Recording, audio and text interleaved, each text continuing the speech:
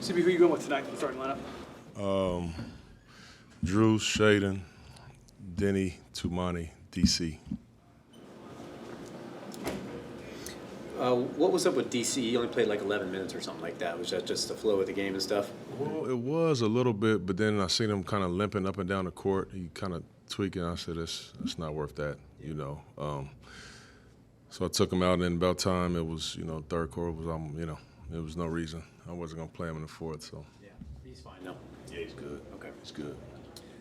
Matisse, not so much. What's the latest with him? Still ramping up. Still ramping up, actually feeling pretty good. He's starting to do a little bit more. No, I don't know what the timetable is on him yet, but I think he's doing pretty good. Yeah. What's different about Shaden right now?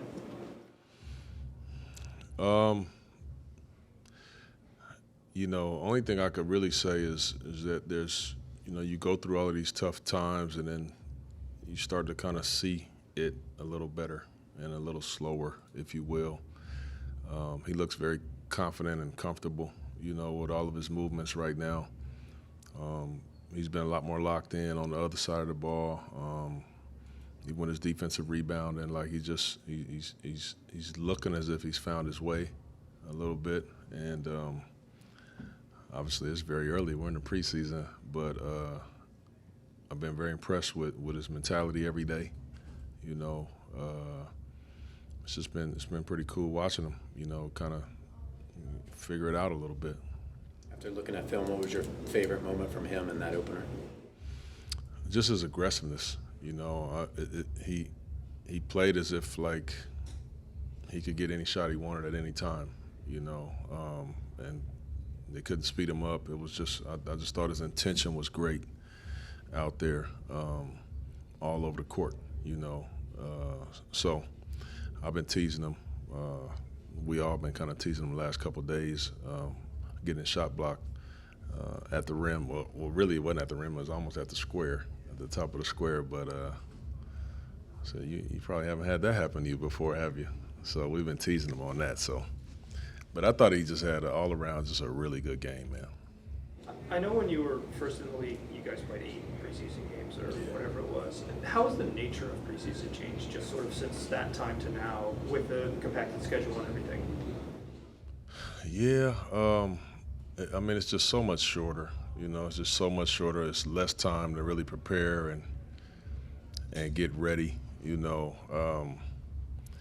We get 4 of these basically dress rehearsals, and then you're not going to play your guys heavy minutes, so it makes it tough. And then, after training camp and after the preseason, there's just not many other times to really practice and get better, so I liked it much better then, where you could just practice more, you can work on more things, you can be more prepared when you start the season, but it's all good. I mean, the game evolves. It is what it is.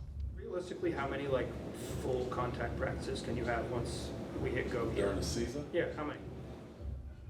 I think I counted last year. It was, and it really, it wasn't even full contact. It was just actual practices. It was like 22 or something.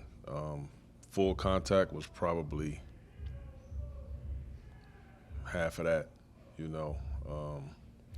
So it makes it difficult, especially when you got a young team, man. That's where you kind of get better. That's where you work on stuff and timing and this and that and plays. And so it makes it tough. That has to be different from when you were a player. Yeah. You guys, how often would you go all out in your early days? Oh, man. So we was practicing hard all the way to March, all the way, really hard, really getting after it. So, yeah, it's totally different. It's totally different. AI would be happy. It wouldn't matter.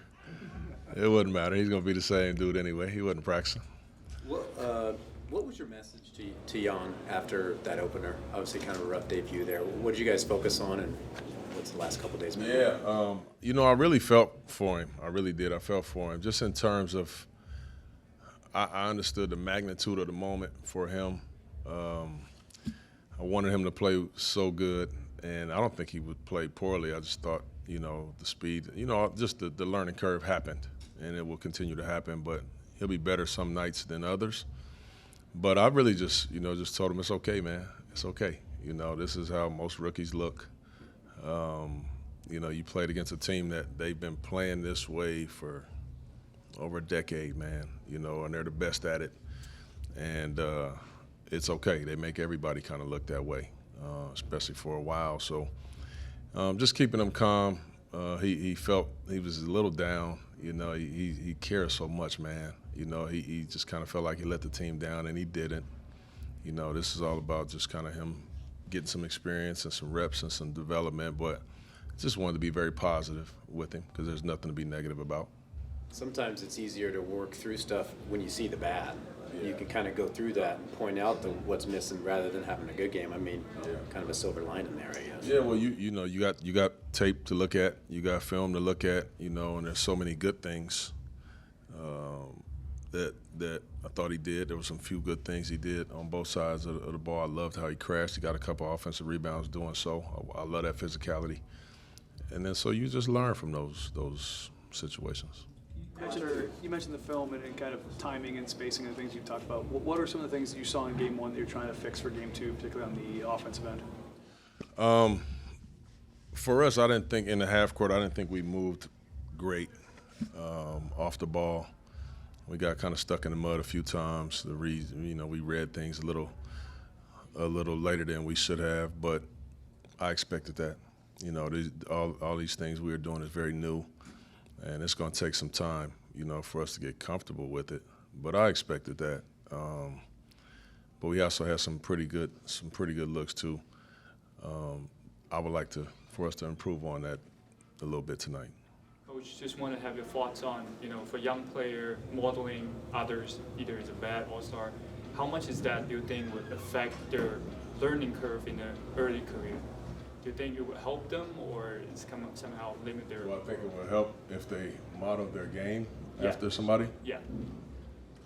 I think it's good to do that, but everybody's situation is totally different, so you have to kind of understand the situation that you might be in as opposed to that other player. You got to understand the difference in systems, So there's some good that can come from that. There's also some things for that other player that, they may do. It's maybe good for their team, maybe not so good for our team, or for our personnel or for your teammates. So it's just you got to use a little discernment there. But, yeah, I don't think that's a negative thing at all. We obviously talk about players kind of coming together, but with 4 new coaches on your staff, how do you feel like your staff has come together, and how is that working for you so far? It's coming together pretty good. I think our chemistry as a staff is as good as it's been since I've been here.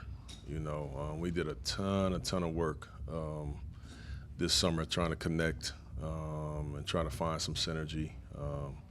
That's a really big thing, because if you're going to expect your players to be connected and be a group out there, it starts at the top, and we have to be the same way. And I'm very happy with where we are with that.